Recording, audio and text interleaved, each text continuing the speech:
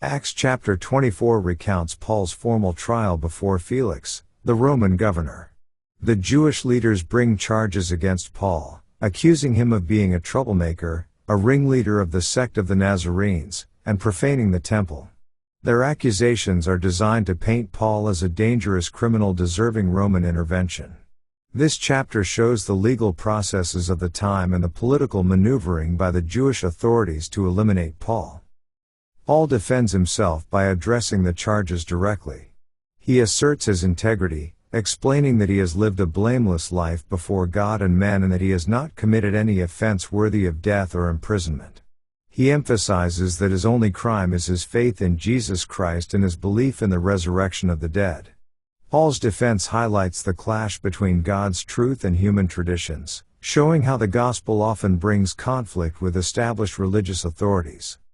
Felix, the governor, listens to Paul but does not make an immediate judgment. He postpones the matter, partly because he hopes for a bribe and partly due to political considerations. During this period, Felix allows Paul some freedom but keeps him under guard, demonstrating a mix of curiosity, indecision, and self-interest. This delay also reflects the Roman strategy of managing local disputes without unnecessarily provoking unrest among the Jewish population. The chapter concludes with Paul remaining in prison for 2 years, yet using this time to preach and teach about righteousness, self-control, and the coming judgment. Felix frequently converses with Paul, showing a measure of respect and fear of the gospel's message, though he ultimately leaves Paul bound. Acts 24 emphasizes God's providence in using even difficult circumstances to advance the mission of his servants and the enduring power of faithful witness in the midst of trials. Let's now read Acts chapter 24. And after 5 days Ananias the high priest descended with the elders, and with a certain orator named Tertullus, who informed the governor against Paul. And when he was called forth, Tertullus began to accuse him, saying, Seeing that by thee we enjoy great quietness, and that very worthy deeds are done unto this nation by thy providence. We accept it always, and in all places, most noble Felix, with all thankfulness. Notwithstanding, that I be not further tedious unto thee, I pray thee that thou wouldest hear us of thy clemency a few words. For we have found this man a pestilent fellow, and a mover of sedition among all the Jews throughout the world, and a ringleader of the sect of the Nazarenes, who also hath gone about to profane the temple, whom we took, and would have judged according to our law. But the chief captain Lysias came upon us, and with great violence took him away out of our hands, commanding his accusers to come unto thee, by examining of whom thyself mayest take knowledge of all these things, whereof we accuse him. And the Jews also assented, saying that these things were so.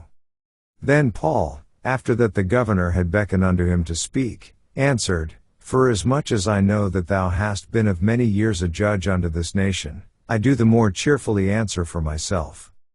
Because that thou mayest understand, that there are yet but 12 days since I went up to Jerusalem for to worship. And they neither found me in the temple disputing with any man, neither raising up the people, neither in the synagogues, nor in the city. Neither can they prove the things whereof they now accuse me. But this I confess unto thee, that after the way which they call heresy, so worship I the God of my fathers, believing all things which are written in the law and in the prophets. And have hope toward God, which they themselves also allow, that there shall be a resurrection of the dead, both of the just and unjust.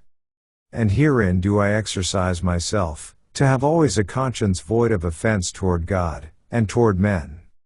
Now after many years I came to bring alms to my nation, and offerings.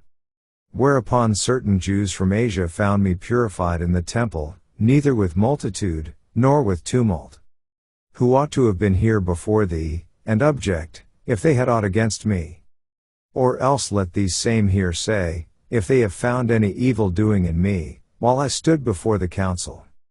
Except it be for this one voice, that I cried standing among them, touching the resurrection of the dead I am called in question by you this day. And when Felix heard these things, having more perfect knowledge of that way, he deferred them, and said, When Lysias the chief captain shall come down, I will know the uttermost of your matter. And he commanded a centurion to keep Paul, and to let him have liberty, and that he should forbid none of his acquaintance to minister or come unto him. And after certain days, when Felix came with his wife Drusilla, which was a Jewess, he sent for Paul, and heard him concerning the faith in Christ. And as he reasoned of righteousness, temperance, and judgment to come, Felix trembled, and answered, Go thy way for this time. When I have a convenient season, I will call for thee.